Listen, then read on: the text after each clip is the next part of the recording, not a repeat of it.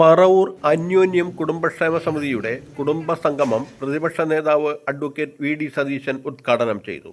ഞാൻ എപ്പോഴും പറയും, നമ്മൾ പണ്ട് കൂട്ടുകുടുംബമാണ് ഉണ്ടായിരുന്നു അല്ലേ?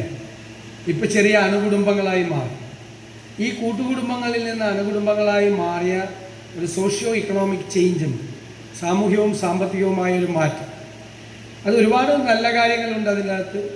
പക്ഷെ അതേപോലെ തന്നെ ഒരുപാട് ഒറ്റപ്പെടലുകളുണ്ട്.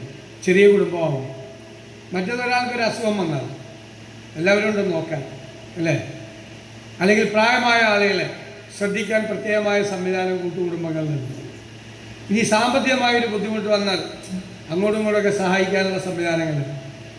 ഇതിപ്പോൾ അതിൽ നിന്നെല്ലാം മാറി ചെറിയ കുടുംബങ്ങളായി മാറിയപ്പോൾ പലർക്കും പല പ്രശ്നങ്ങളാണ്. സാമ്പത്തിക പ്രശ്നങ്ങളുണ്ട്, കുടുംബപരമായ പ്രശ്നങ്ങളുണ്ട്, പ്രായമുള്ളവരെ നോക്കേണ്ട വിഷയങ്ങളുണ്ട്, കുട്ടികളെ ശ്രദ്ധിക്കേണ്ട വിഷയങ്ങളുണ്ട്. ഇതെല്ലാം കൂടി വരുമ്പോഴേക്കും ചിലപ്പോൾ ചിലരിങ്ങനെ പതറിപ്പോവും. പക്ഷെ നമുക്ക് കൂട്ടുകുടുംബത്തിലേക്ക് തിരിച്ചു പോകാൻ പറ്റുമോ? ഇന്നത്തെ കാലത്ത് പറ്റില്ല.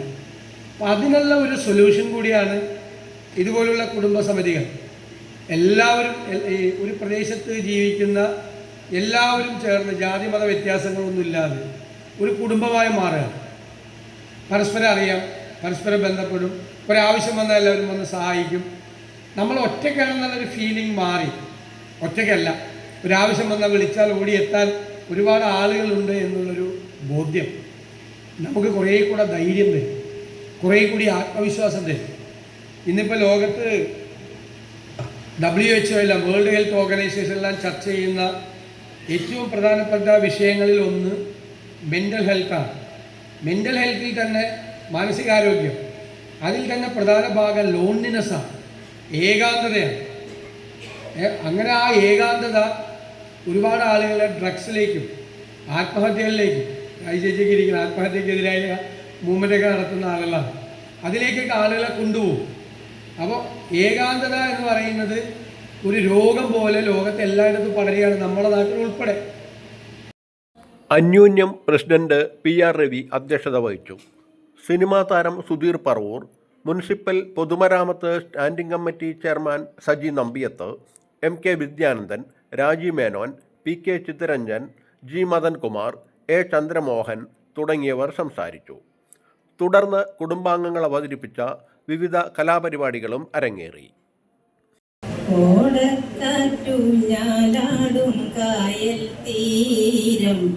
അവിടെ കാറ്റുകൊള്ളും തള്ളനണ്ടും വെള്ളനണ്ടും, കോടക്കാറ്റു ഞാലാടും കായൽ തീരം.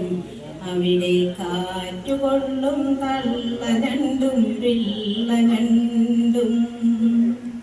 പഴംപാട്ടുകൾ പാടാനും പഴങ്കഥകൾ പറയാനും, പഴംപാട്ടുകൾ പാടാനും പഴങ്കഥകൾ പറയാനും, അമ്മയും മോളും തമ്മിൽ തമ്മിൽ മത്സരം വെച്ചു നടന്നു.